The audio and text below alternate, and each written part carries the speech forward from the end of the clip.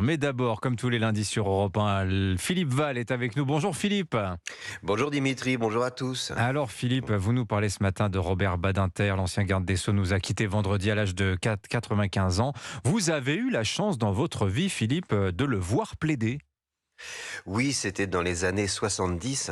J'étais un jeune artiste et je jouais tous les soirs au théâtre et j'étais un fan de cet avocat déjà légendaire. On m'avait dit qu'il allait plaider la cause d'un triple assassin aux assises de Versailles. Je connaissais une des magistrates qui siégeait et je me suis débrouillé pour aller à toutes les audiences. Il s'agissait de ce qu'on appelait à l'époque un crime passionnel. Un jeune homme, amant et conduit d'un chanteur, s'était introduit armé d'un fusil dans une fête que donnait son ancien compagnon et il a tué 3 personnes. Il risquait la peine de mort et il avait pris Robert Badinter pour assurer sa défense.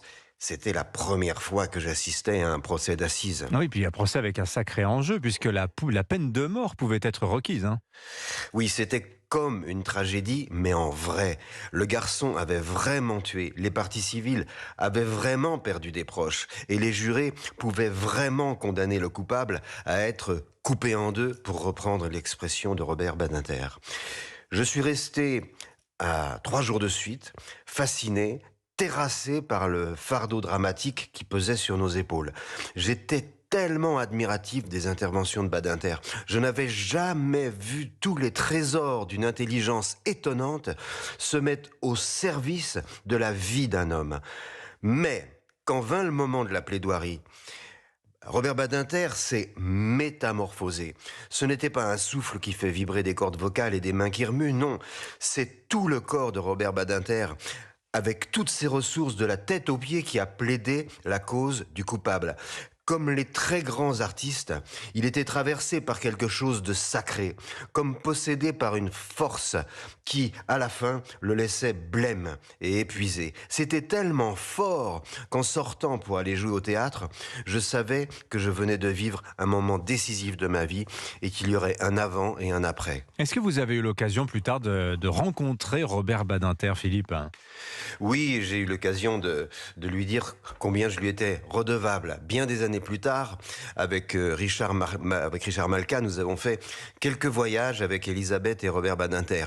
Ils avaient toujours l'air de jeunes mariés et c'était un plaisir de voir ce grand juriste, rempli d'une autorité sourcilleuse, se laisser aller à la bonne humeur, à la légèreté, à l'insouciance, mais l'intelligence vigilante, toujours à l'affût.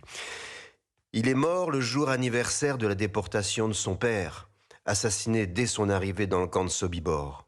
Le souvenir de son père a accompagné sa vie. Il nous a raconté que lorsqu'il était garde des Sceaux, pendant l'instruction du procès Barbie, il a reçu une enveloppe du président du tribunal de Lyon contenant une pièce du dossier. L'ordre de déportation de son père, signé de la main de Klaus Barbie.